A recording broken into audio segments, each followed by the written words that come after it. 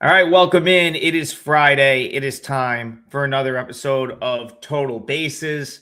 We have a full slate of Major League Baseball. We've got day baseball, thanks to the Cubbies giving us an afternoon game.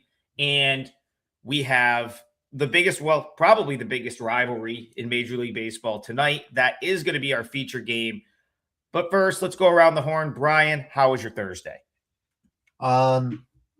I didn't like the card yesterday. I think I used Kansas City as the part of the parlay, and that worked out well. But I didn't have anything for my clients. I ended up passing yesterday.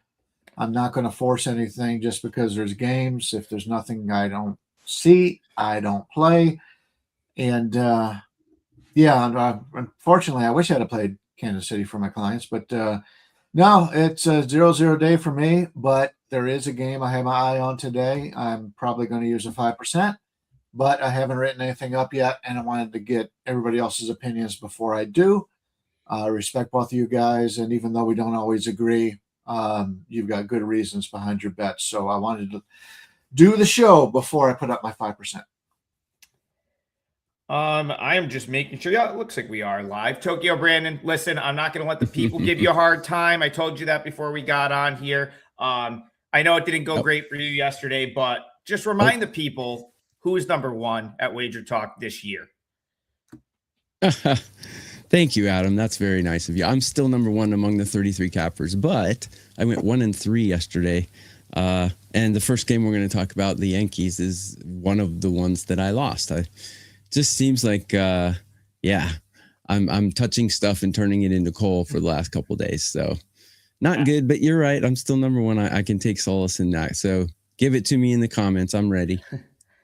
I was trying to figure out where the comments were. But it looks like we are now populated live. Real quick, 1-0 for me yesterday. I jumped in with the Nationals, took what I consider to be a little bit of a worse number than I could have had. Well, we talked about that game on the show. It moved like in real time on the show.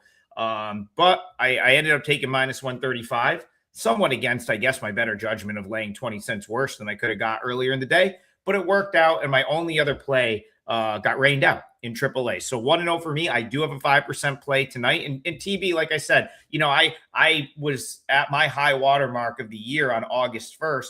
I gave back the first couple weeks of August, and now it's turned back around. So you just, the ebbs and flows of a year of betting are gonna catch up. Everyone's got to deal with it at some point. Hey, let me make one quick comment. At WagerTalk, this is my sixth year. I've been profitable every year except one, and I've doubled the bankroll in 5 of those 6 years. But 2022, I was -180 units. That was the worst year of my life. So it does happen.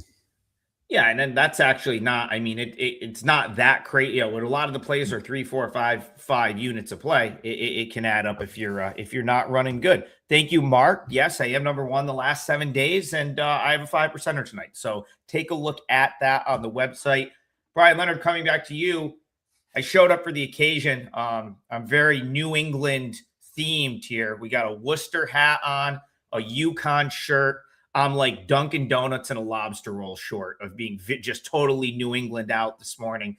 In New England tonight, we got a big series. Yankees, Red Sox, and maybe some guys from Worcester on their way back to the team. So Yankees, Red Sox, let's talk about this one. Yeah, I don't know if your girlfriend dressed you, but the colors match up the same as well. Oh, this is in the Bronx. My bad. It's in the Bronx. Sorry. Red Sox, Yankees in the Bronx. I misspoke right there. Yeah, you're all red, white, and blue today, and hopefully it's a good day for this country because they haven't had many of them the last few years. All right. We're going with Boston Sandoval, the lefty, against Schlittler, the righty. Schlittler's about a 155 favorite right now. 7 to the over, 7.5 to the under. Sandoval's the weak link out of the Boston rotation, if you ask me. He's the lefty. The Yankees against righties this year, probably about league average. Let me get a quick look. Yeah, Yankees are about a 101 on WRC plus on the season, 102 versus lefties. They just haven't had the hitting this year without one of the greatest hitters in our generation being healthy all season long. But yeah, Sandoval's average game score has been a 44. I believe he's only had 2 games all season long Well, he missed a lot of the season, but only 2 of his starts has been league average or better, which makes 7.5 be somewhat curious to me. I know Schlittler's been great, but this is a decent hitting ballpark. Boston's been here many times. 7.5 seems to be a little short. There's 7s over 22. The 7 the odd numbers, as we know, mean a little bit more than the even numbers. But yeah, if I'm going to play this one, I may look at the over here. I know Schlittler's been very good, but I don't know if Sandoval is going to shut down this Yankee offense. So slightly lean to the over.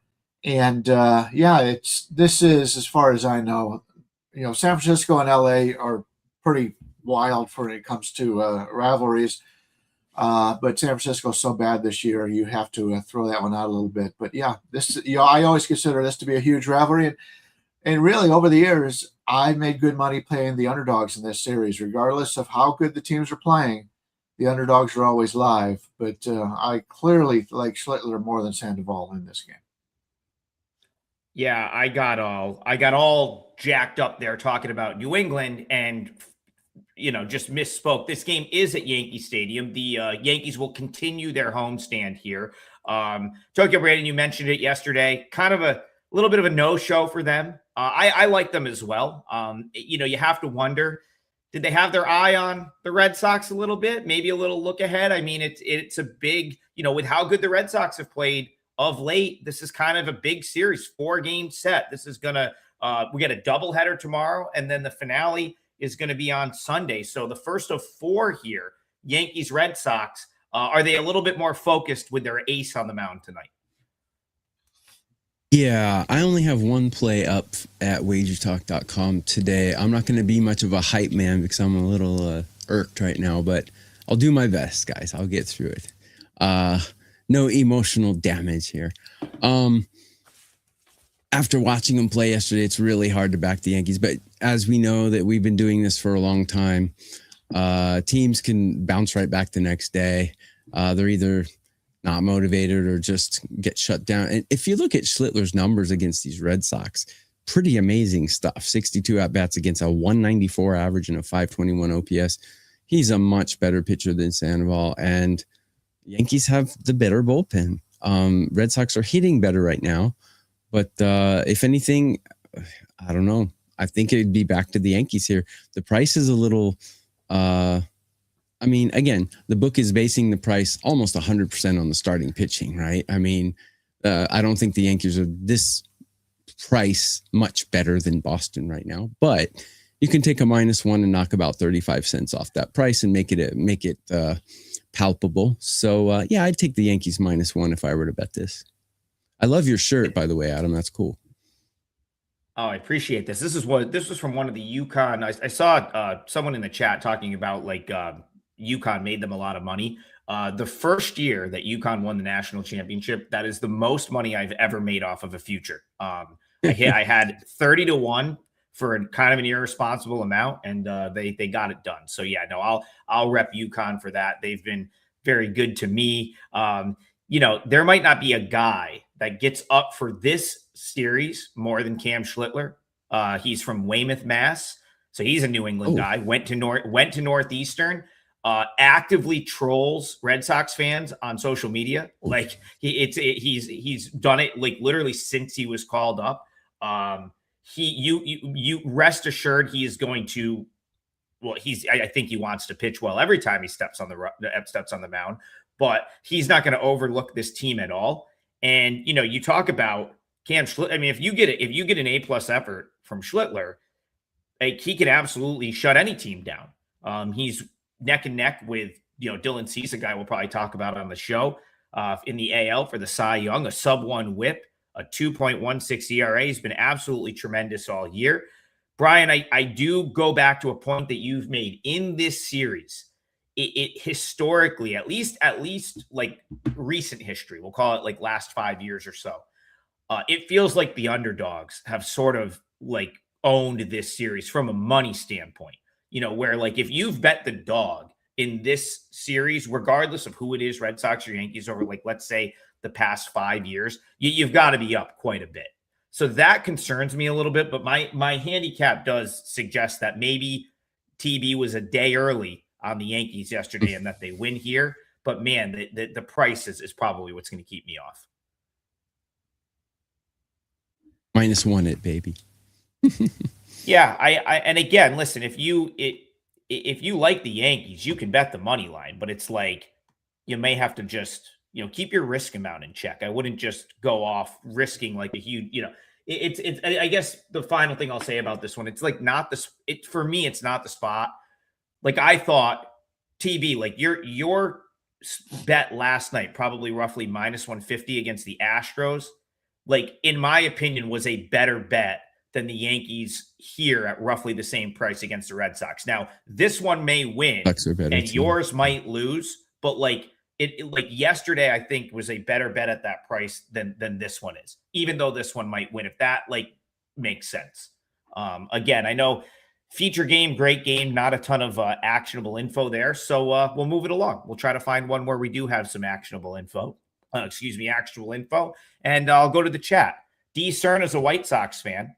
He says, let's talk the slugging Chicago White Sox. He's hyping his team up right there, Brian. He's a White Sox fan, so definitely a little bias on his end. The White Sox, 6.5 game lead in the division. Your Guardians are on their heels all of a sudden, 7-game win streak. But this one's kind of a big deal, Brian, because the Twins at home, if they could play their way out or play their way in this weekend, they have the chance to do either. They come in 6.5 back after that series with the A's. Do you think the Twins are dead, or are they going to rally a little bit this weekend against the White Sox?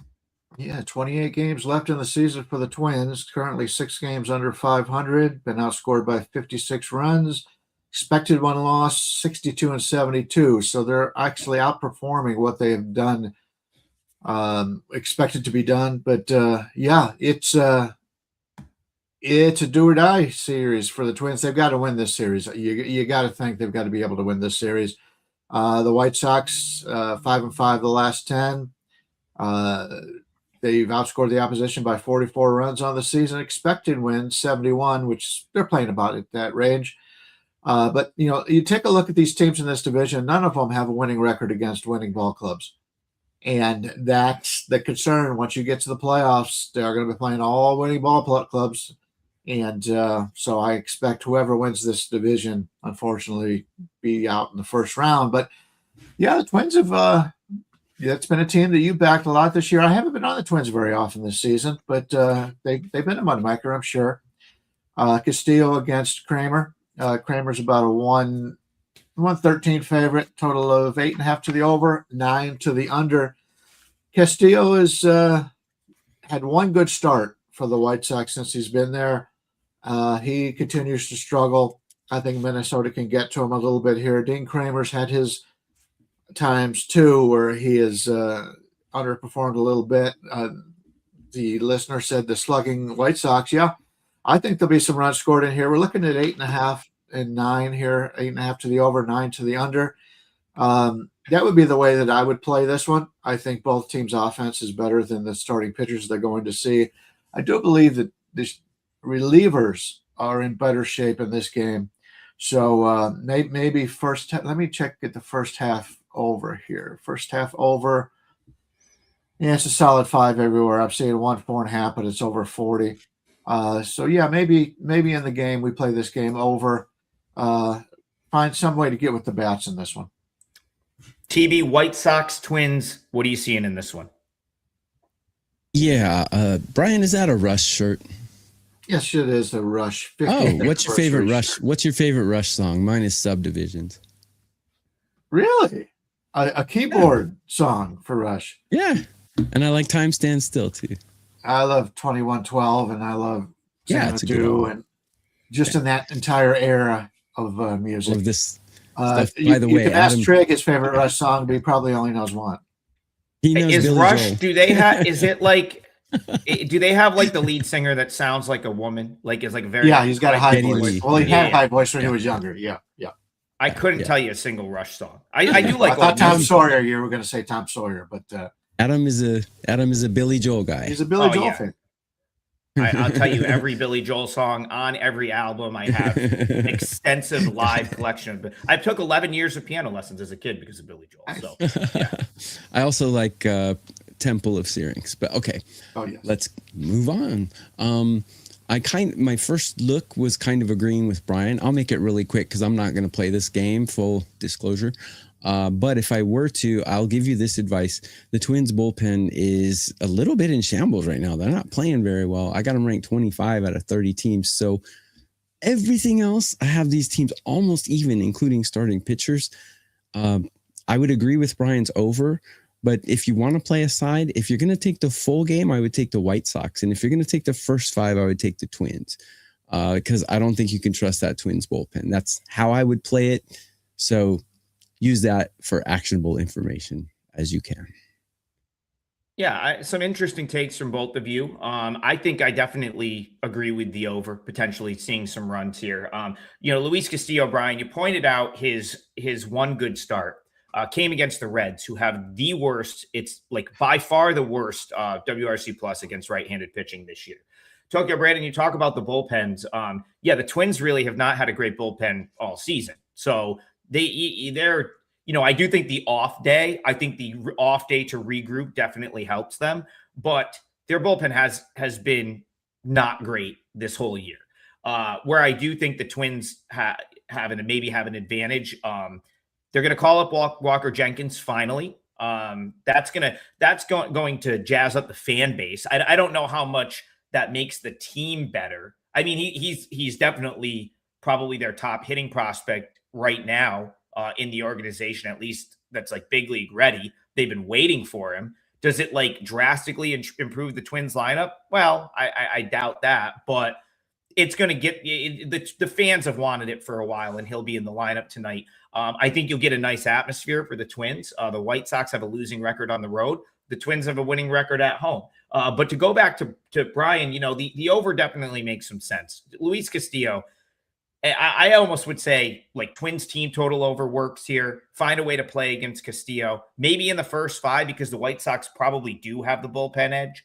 But like at this point, he's a bottom 10 starter in Major League Baseball. I think what the White Sox did was look and say, okay, who's available? And we really need like a veteran presence in this rotation, in the clubhouse. We think we can make the playoffs. It's ideal to have a veteran that's have some postseason experience. And then, they might have looked at Castillo and said, hey, let's see if we can catch lightning in a bottle. He managed to do it down the stretch for the Mariners last year. When I watch him pitch at this point, like he's a bottom 10 starter in the majors with stuff. If you look at the underlying metrics, like just not great. Now, Dean Kramer, he has a sub-1 whip in 4 starts and showing up in Minnesota. And I was at his start, Brian, against the White Sox earlier this year. It was at Camden Yards. It was a day game. It was 150 degrees out, yet I still sat there baking right by, it was one of those days where it was so hot that everyone moved up. So I just strolled in and sat right behind home plate, like 3 rows away, watched that start. Dean Kramer gave up a solo home run at the beginning of that game and then fired 6 scoreless, had this White Sox lineup completely off balance and guessing in that start. So I think I would lean toward the Twins from a side, but I could totally get the total perspective here with the over. I think I'm projected right around 9, and you can actually get 8.5 with some juice, which I think makes some sense. So that's my take on White Sox Twins. Brian, wrap this one up. What else are you looking at? Yeah, you mentioned Castillo, but I believe he's got a 44 average game score on the season. He's had the one start, as you mentioned, against Cincinnati was very good, but he's been bad for a long time. And you talked about bringing in a guy with veteran leadership. Well, this is the same veteran who refused to leave the Seattle starting lineup because they had Kate Anderson up there to come up. And is that really what you want to bring to the locker room? I don't understand it, but I'm not an owner, but we'll see what happens. Chicago wins the division. Maybe it would have helped them, but we will see. Trees by Rush is a great song. I agree. That song, the words are about trees, actually, but it's about life. It's about getting the sun, and some people complain they don't get enough sun. It's about life in general, and Neil Peart was such a great songwriter. It's just a tremendous song. D-Man says, love the UConn gear. Go to most of their football games and the many basketball games. Listen, I know the rest of the country doesn't want to hear it when it comes to football. Two very underrated places to watch a college football game. The JMA Wireless Dome, when it is full, it is awesome. It is loud. And guess what? It's got a roof. So when it's cold as hell in November and you're out tailgating and you're freezing, guess what? You get to go inside. Awesome. Great environment. Also the Rentschler Field in Hartford, where UConn plays, another very underrated place to catch a football game. When UConn is good, that place is such a fun place to watch a game. No roof, though. You're going to be cold if it's later in the season. But I've been to both many times. And, let's get right back into it. I'm going to go back to the chat. There's a lot of good games to talk about today. I guess I'll go to this one. I see some people mentioning it. Tokyo Brandon, we have a little bit of a developing situation in Detroit tonight, because we have Tariq Skubal on his way back to face his old team at Comerica Park, and coming off of a few losses now for the Dodgers. Really odd game last night. A leadoff home run, and then not one single run scored the rest of the game. The Dodgers on the short end of that one, of course.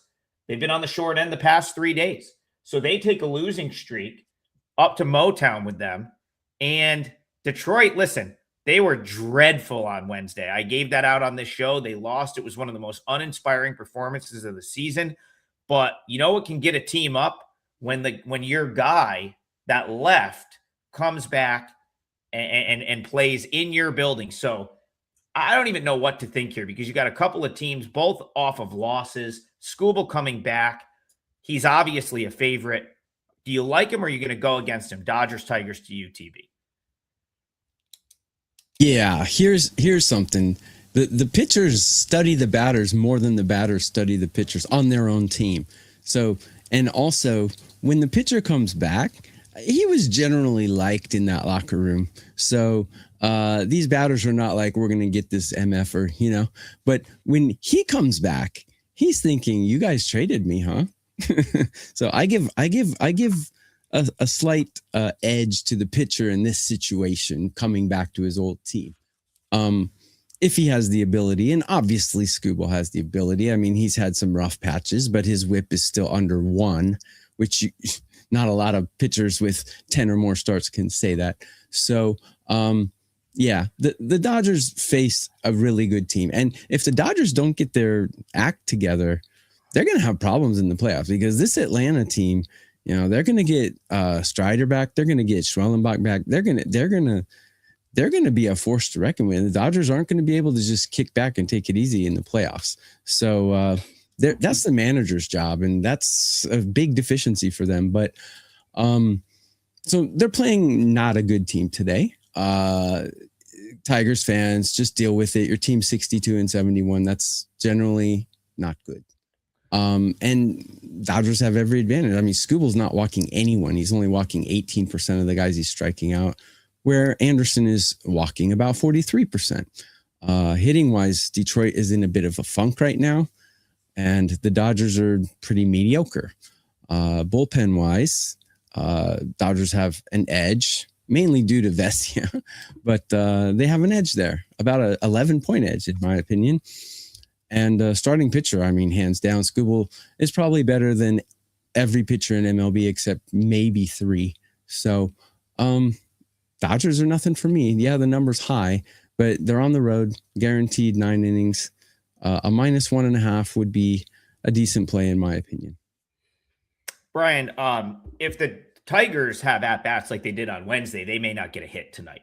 That was as dreadful of a 9-inning, it was just 9 full innings of awful at-bats. It's one thing to get shut out and it to not be your day, but I don't think I saw even one good at-bat from the Tigers against Freddie Peralta and a couple of Rays relievers. Now, obviously, new day, back home, going to be up for Skubal, but I don't know. This Tigers lineup doesn't inspire much confidence right now, and they set up worse against left-handed pitching. So I don't know what to do here, though, because that number is very, very big. Tigers, Dodgers to you. Yeah, we're looking at Skubal, the lefty, Anderson, the righty. And Skubal's about a 210 favorite with a total of 7.5 to the under. Let's get a quick look at the team totals here. We're looking at the Dodgers, 4.5 to the under, minus 120. I think they could score 5 runs against Anderson. If you take a look at what Anderson has done, and I do kind of like Anderson. He's got a 51 average game score on the season. But since he's been a starter, he's faced the American League Central, Kansas City, Chicago White Sox, Cleveland, and then he played a game in Seattle, which is a very good pitcher's ballpark. So this will be clearly the best hitting team that he has faced as a starter so far this season. Average game score of 51 by playing those weaker opponents. I think the Dodgers are going to get to him a little bit here. From a bullpen situation, the Detroit bullpen is in very good shape. They had yesterday off, and on Wednesday, Finnegan and Kinley threw about 10, 12 pitches. So the bullpen will be good, but I think they're going to score some runs in the first 5 here against Anderson. And like I said, the team total for the Dodgers, you get them, if they score 5 runs, you've got a winner at basically plus 100. Let's take a quick look at the first 5 here. Dodgers 2.5 to the under 40. So if they score 3 runs in 5 innings, you're getting plus 120 or so back. That's not bad either. So I like both of those situations. I actually think the Detroit staff, Detroit will be prepared for Skubal. Number one, there's no, like as TB pointed out, there's no ill will between the bunch. Skubal knew he was going to be traded because he wasn't going to sign with Detroit. Detroit got what they needed out of him. He's been very good. He's been a franchise player for them. They love him. But the coaching staff knows exactly what he's got and exactly what he can do. That's an advantage, I think, for Detroit in this one. But I really do think the Dodgers will score some runs here.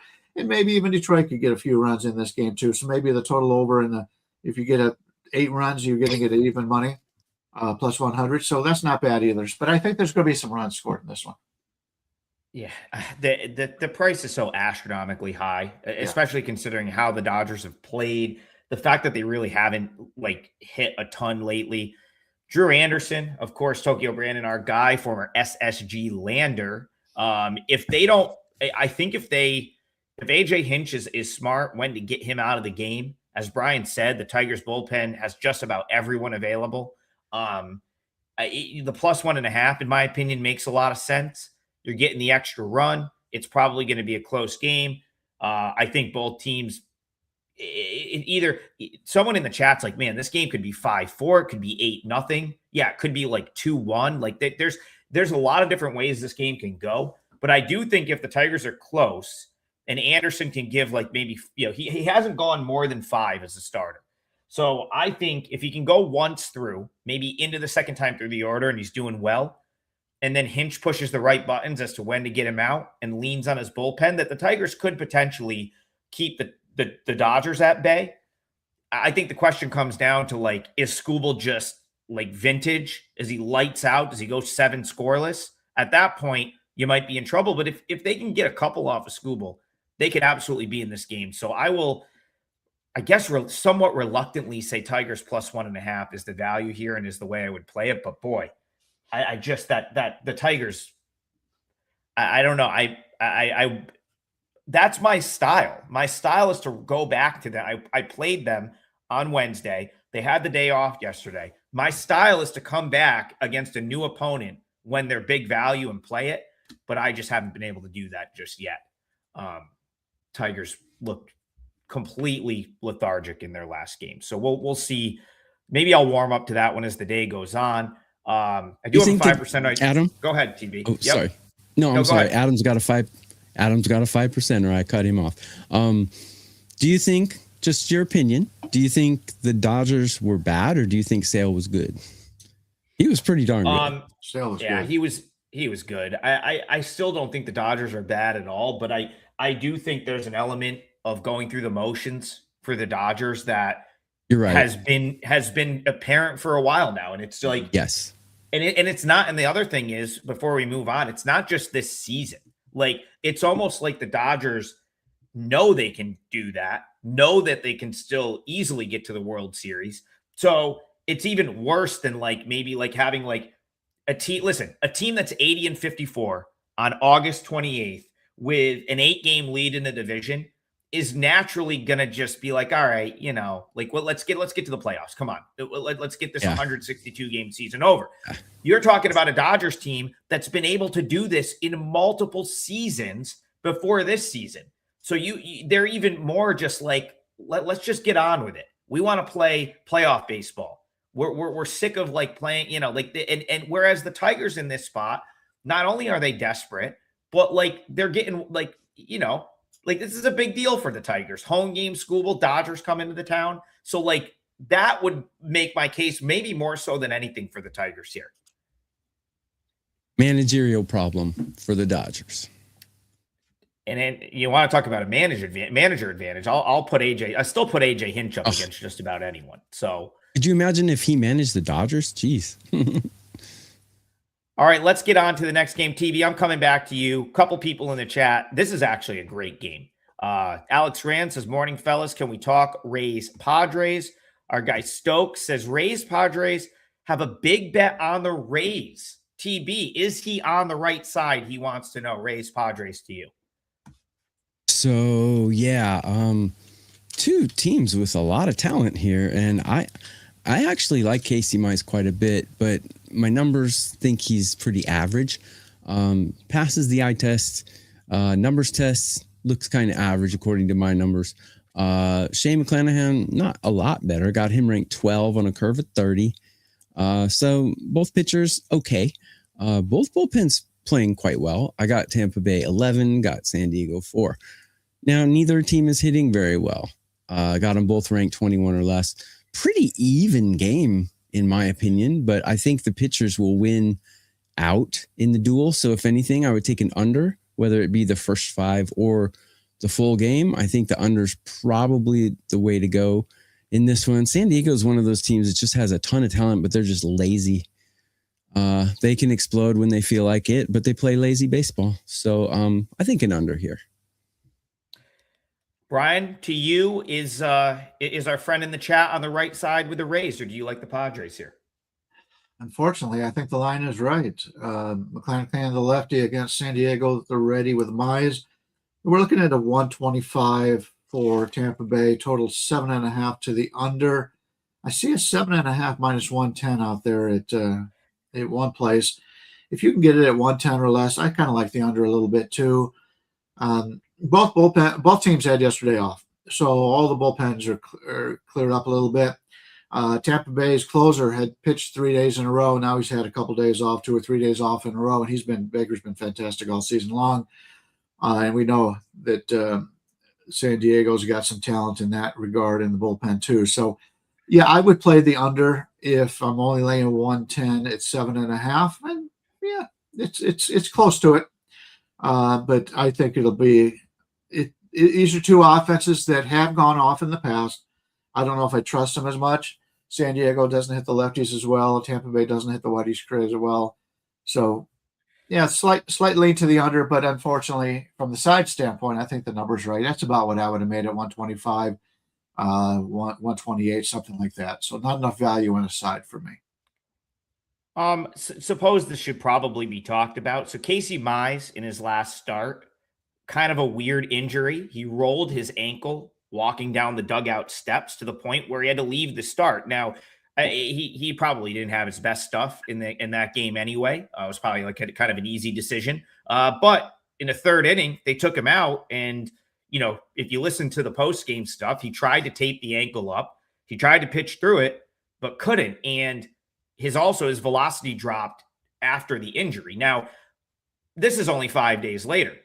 All of that is concerning all that's concerning to me. X-rays were negative, no fracture, ankle seems to be fine, but that doesn't like inspire the most confidence, right? Like you roll your ankle, you have an ankle sprain. Listen, I was a soccer player. That was the sport I was best at growing up.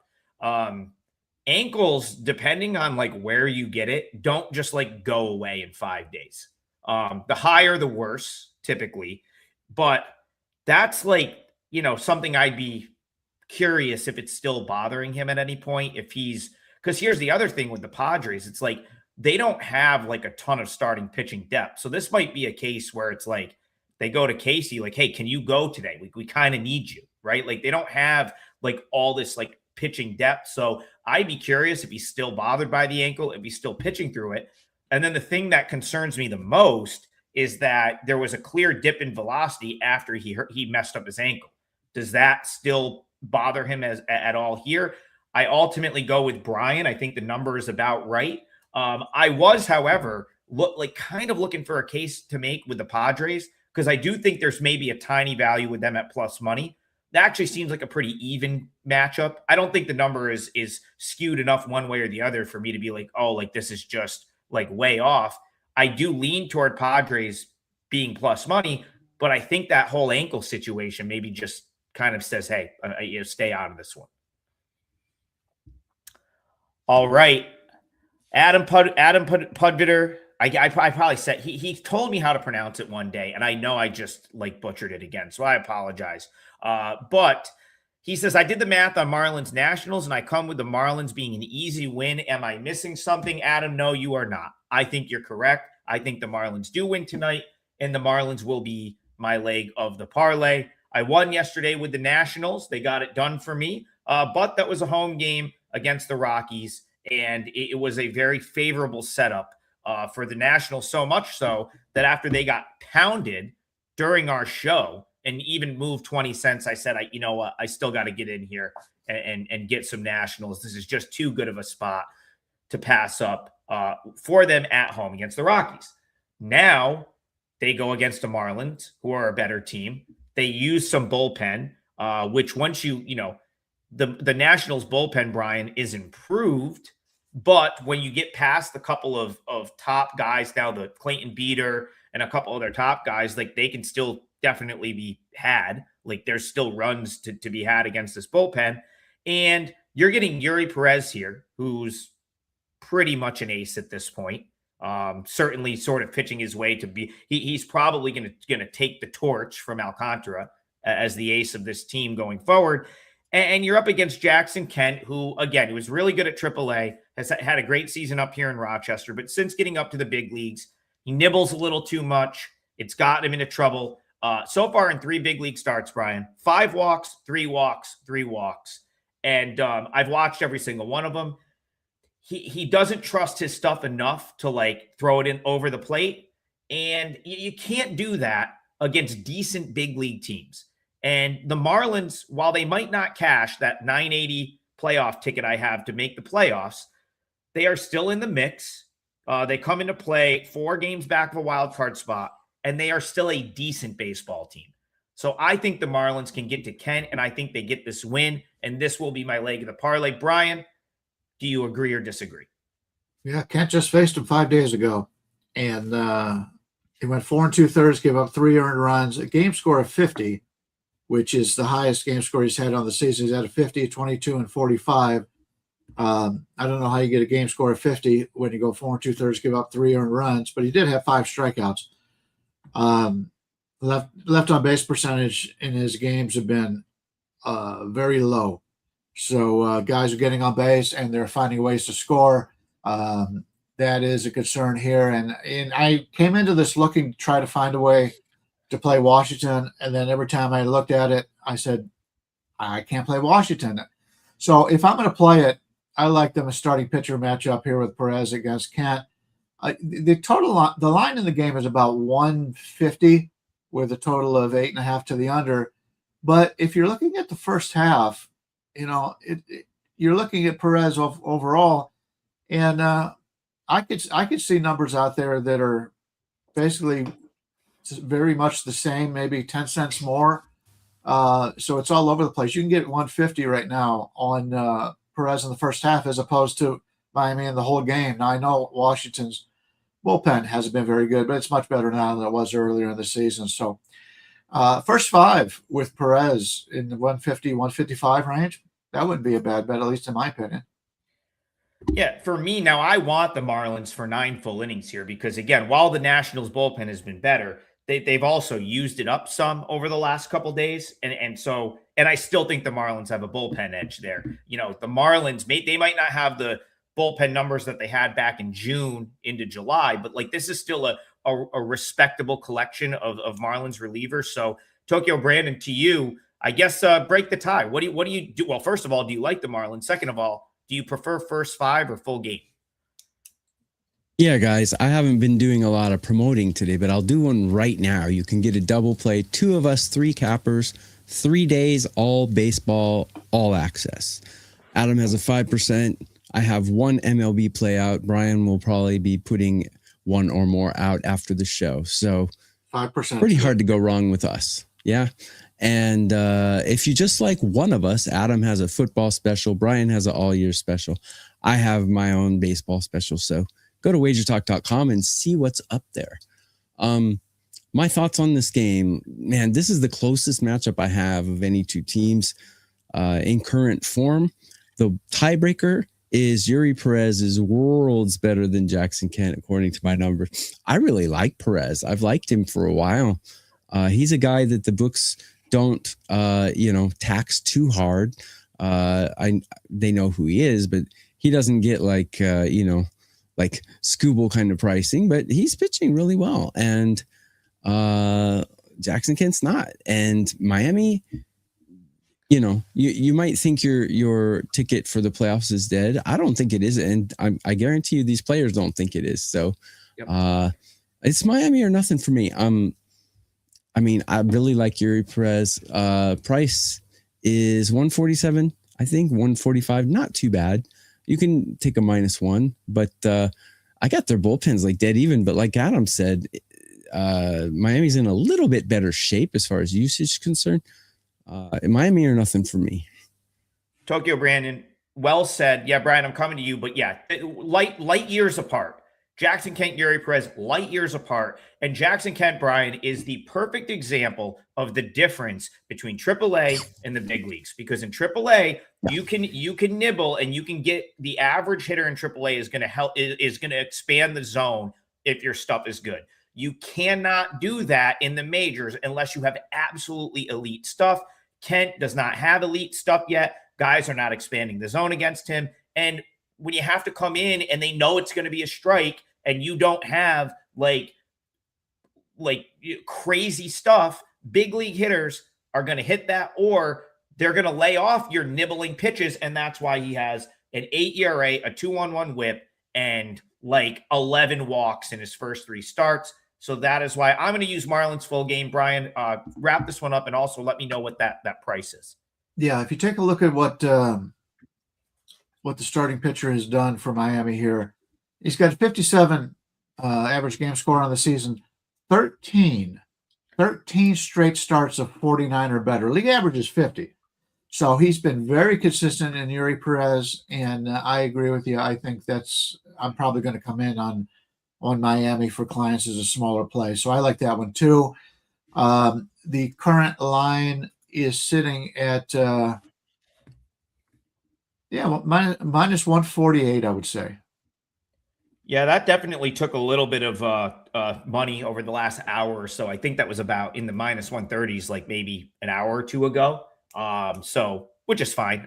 For our parlay, that's totally fine. And I think you can make a case to get on that still. If you really like it, that's still somewhat playable in my opinion, for a straight bet. Brian, I'm coming back to you. Have you seen a game that you like for your parlay piece here? Yeah, it's not going to be a fun game for anybody to watch, and they're probably not going to watch it in the first place. But I'm going to look at Arizona and San Francisco. We got Drake, the lefty, against Tidwell, the righty. I've been impressed by Tidwell so far.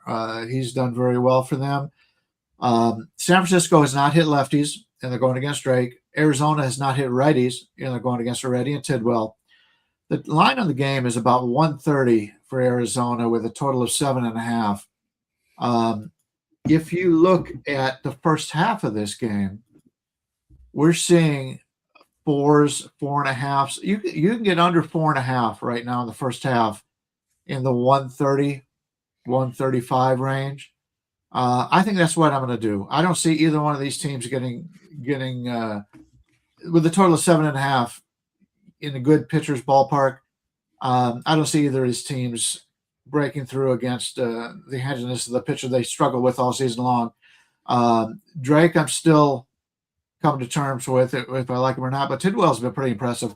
So I'm going to play the under 4.5 and minus. There's 30s out there, but let's go minus 135. Minus 135, under 4.5 in the first 5. Yeah, we won't take any degenerate special slander on the show. Drew Martin would be pissed. This is the 10-15 game. It's standalone. It's the last one on the board. So it might be the only thing we've got to watch at some point tonight because it's probably the last one that's still going. Tokyo Brandon, D-backs, Giants to you. Brian likes the under. Side or total, do you have any opinions? Yeah, I will be doing my Asian baseball show tonight, so check that out on my channel. Regarding this game, I fully agree with Brian here. Two somewhat unknown pitchers, but, putting up pretty good numbers.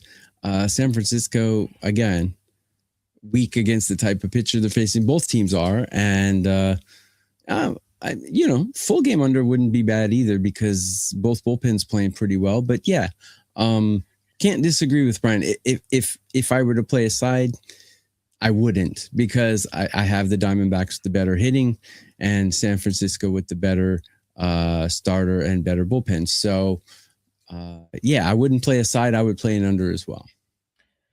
Yeah, you're the 7.5 makes it a little bit tough to play the full game. Kind of getting priced as if you got an ace somewhere on the mound, but without a doubt, the sort of merit to the under here is the starting pitching. So I would go right with Brian, try to cut it in half, go first 5. Tidwell has been great this year. Like he quietly had a nice season down in Sacramento. Remember, he reunites with his college coach. Tony Vitello was his coach at Tennessee. Blade Tidwell was up here. I got to watch him a ton when he was with the Mets. And he kind of, the Met, he was victim of the Mets just having so many good young pitchers in the organization that he sort of became expendable. And I think he's found a nice home in San Francisco. His stuff really since he's gotten there, he's been outstanding. Last year with Sacramento down the stretch was great. This year, he's been a big part of a very good Sacramento Rivercats team. And he's thrown the ball well since being called up. So you got to like Tidwell, as Brian said. The right-handed D-backs are terrible against right-handed pitching. And, Cole Drake, at worst, he's a lefty, and lefties give the Giants trouble. So first, and I don't think the Diamondbacks are super committed to him going like crazy deep in this game. Right. This might be a scenario where Cole Drake is once through the order. Let's see how the second time is going, and then we may go to the bullpen early. So, yeah, Brian, I'm with you there. First 5 under is absolutely the way to play this game. What was your price on that again? 135, I believe. Russell Deck, do we have a good total bet for the slate? You just got it. That I can't find a better one. I think that's the best total that you're going to find on this slate. Under 4.5, minus 130. We'll go for the parlay, which probably means you can get an under 4 at like even money if you had to. And I think both of those are playable here. All right, Tokyo Brandon, first off, I want to shout out Freebird. He says, thank you, gentlemen. He wants to know best team total today. He says, we are 3-1. So I'm going to give you the floor. Give Freebird a team total, but also let us know where you want to go for the parlay. Team total. Let's take a look. My first inclination would be, you know what? I think the Red Sox under would be a good team total just because Schlittler has amazing numbers against them. And it's a game we already covered. But yeah, again, I'm going to take the Dodgers team total as my leg of the parlay. I know it's minus 220 or something like that. So yeah, for parlay leg, that's fine. I wouldn't give that to clients, but yeah, for parlay leg, I'll do it. And so, do we have anyone requesting a game? Because I'd like to talk Rangers Brewers if possible. Yep. We can go to that game. Let's just lock in your parlay leg quick and finish answering Freebird's question with a team total. Brian, Best team total on the board for you. And can you, Tokyo Brandon, Dodgers, are you going team total over for the Dodgers? No. Dodgers money line. He asked for a team total. I said Boston under. Gotcha. But Dodgers money line is going to be my parlay leg. Brian, give me a price for Dodgers money line, but also give Freebird your best team total on the slate. I will say Arizona under 4.5. It's plus 120, or under 3.5 in the plus 120 range. I think that's a nice payoff. The Dodgers on money line, we're looking at about a 190.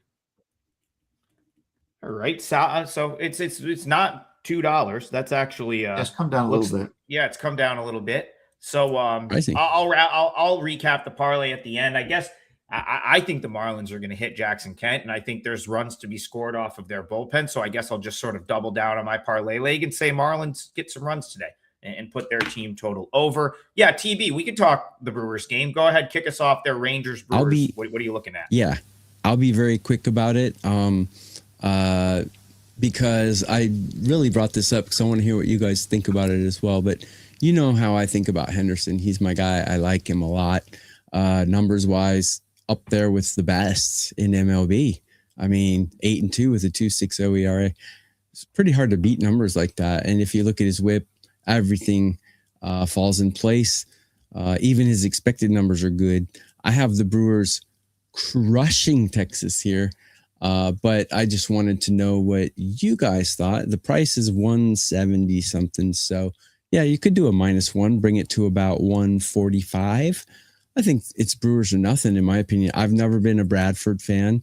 And I have the Brewers with the better bullpen and the better hitting. So that's how I think. Brian, I'll say this. The books have certainly gotten out in front of like Logan Henderson being an unknown. I mean, he gets priced like an ace every time he steps on the mound. And to be quite honest, he probably deserves it. I think that I've noticed the books continue to beat you to the spot with Henderson, where it's like, they're like, oh, you want to back this guy in the Brewers? Congratulations. Why don't you lay $1.75 to 180 to do so? Doesn't mean the Brewers aren't going to win, but they are, I've noticed they are quite priced up when he's on the mound. And that's the case again here. So Brewers, Rangers to you, anything for you in this one? Yeah, I would agree. Problem is, they priced it where I don't think there's any value. I actually like Bradford a little bit. He is a lefty. Milwaukee doesn't hit lefties as well, but I think the line is correct here. I do want to point out once again, I've got a 5% today. Trig's got a 5% today. You can get us both at that special price. It's also college football season, and I'm going to have my first college football plays coming up tomorrow on the Saturday card. So yeah, if you're looking for long-term packages, keep in mind it's football season now, and right around the corner is the NFL. I don't do preseason. Trig does preseason. He's done very well in that regard, and he's won again this year. So we can finally start talking about something other than baseball, which is okay. You know, I handicap the other sports as well, but baseball's a true love for all of us, and that's. If you watch the show, you know that by tuning in every day. Yeah, I'm 4-1 in the NFL preseason. This, no matter what, will be my 5th consecutive winning NFL preseason because I'm not going to bet enough this weekend to lose everything I'm up. So we'll probably have. So I have a coupon code for my NFL regular season, which I made 35 units in football last year. I think 26 of them were NFL units. And like 8 or 9 were college. I don't bet a ton of college. I really not a college football handicapper at all. I will play every once in a while if I get good info from someone I've met along the way. They're all info plays. I spend 0 hours a week handicapping college football. That being said, I do regularly go to games in the Carrier Dome. So I'm kind of tuned into Cuse football. You'll get a either pro or anti-Cuse play from me every once in a while. But no, I NFL handicapper, NFL 100. That coupon works on my entire NFL season. And I will. If you do buy today, you will get the rest of the preseason. There is a high likelihood that I make an NFL preseason play either today or tomorrow, the last 2 days of the NFL preseason. Didn't know Brian had a 5%er in Major League Baseball. So if you take advantage of the double play, you can get a pair of 5% plays from Brian and I, as I have one tonight as well. And I guess really quick thoughts on Brewers Rangers. I don't have a ton to add there. I would have looked to take the Rangers on the +1.5 if this was a little bit more affordable on the +1.5. I kind of think the books nailed the pricing here. They priced the Brewers just high enough on the money line where there's no Brewers value, but they're still going to force you to lay like $1.45 or something to play back if you want the run with the Rangers. So props to the books. I think the books nailed that Rangers-Brewers game. I don't see much value either way, and so that one will not make my card tonight. To clarify, yes, Tokyo Brandon is going with Dodgers money line in the parlay. However, TB, I do agree with your team total suggestion. I think Schlittler, I think he comes out and just deals tonight. Like, that is just what he does against the Red Sox. It's what he wants to do. Like, he's been looking at this start for weeks. Like, that's just the kind of guy he is. And I'm with you. I think he pitches really, really well tonight. So I could see that team total under coming in as well. The parlay of the day, 3-teamer, the one that's going to put us back in the plus if we hit it. Tokyo Brandon's going Dodgers on the money line -190. I'm going to go Marlins on the money line -148. And Brian is going with a first 5 team total in the Diamondbacks Giants game under 4.5. Looks like it's -130. So we've got Marlins money line full game, Dodgers money line full game, and then first 5 under 4.5 and D-backs Giants. That's your 3-teamer today. Anyone got anything else before we sign off? These guys both have a 5% play. If you get a double play, it costs, I think, $65. You more than pay for the 5% plays if you bought them singly, and you get 3 days full access. Grab a double play with those two guys. Watch my Asian baseball show tonight and my MLB show Sunday morning on my YouTube channel, and I'll be happy. And we will be here an hour earlier tomorrow. Yes. Tomorrow. I'm glad you brought that up. Yep. We are back. We are at 9 a.m. on Saturdays going forward. We have I believe they're putting the college football show at 10 a.m. So just come an hour earlier. You're going to have we're the warm-up band. 9, total bases at 9 a.m. 10 a.m. I think is maybe Brian Power and the college football crew, and then last call at 11. So your Saturday mornings are now fully occupied with WagerTalk programming. We'll see you again. We're always up here on demand. If you do make it over to the YouTube channel, drop us a like, a subscribe, a comment. It all helps, and we appreciate it. And we'll get in and interact with you back and forth. Good or bad. I get to all the comments. So, good, bad, and different. We'll take all the interaction we can get. And the 3 of us will see you. Remember, 9 a.m. Eastern tomorrow morning. Total bases moving to 9 a.m. Eastern on Saturday. We'll see you guys then.